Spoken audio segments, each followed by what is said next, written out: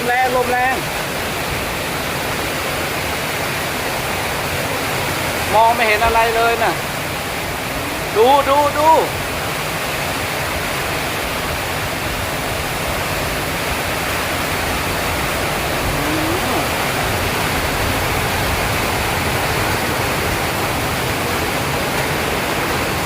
ป้าดูต้นลำไยกิ่งมันถึงพื้นเลย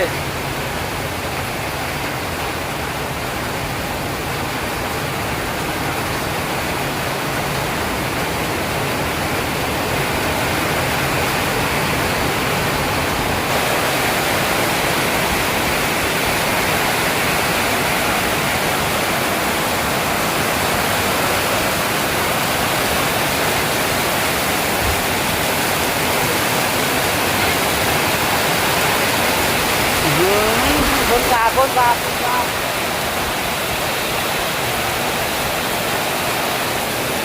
ฝนถล่มบ้านกกอกตำบลกกตูมอำเภอดงหลวงจังหวัดมุกดาหารคุณผู้ชมโอ้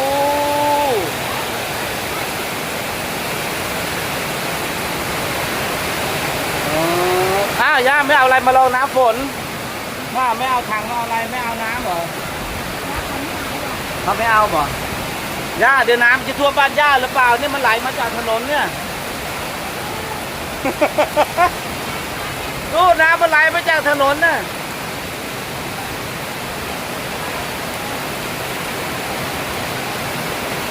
โอ้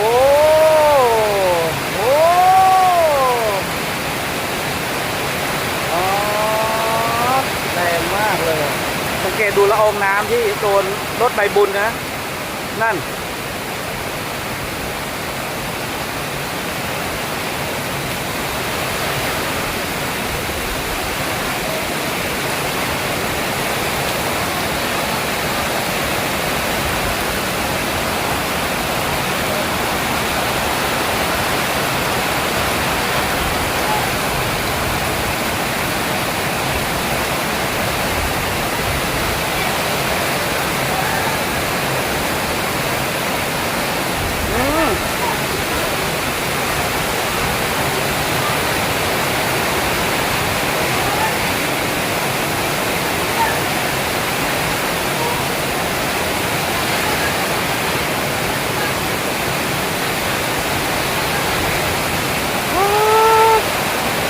ลมแรงมาก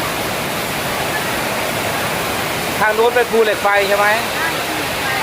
ฝั่งที่อยู่ตรงข้ามบ้านย่าเรียกว่าภูเหล็กไฟ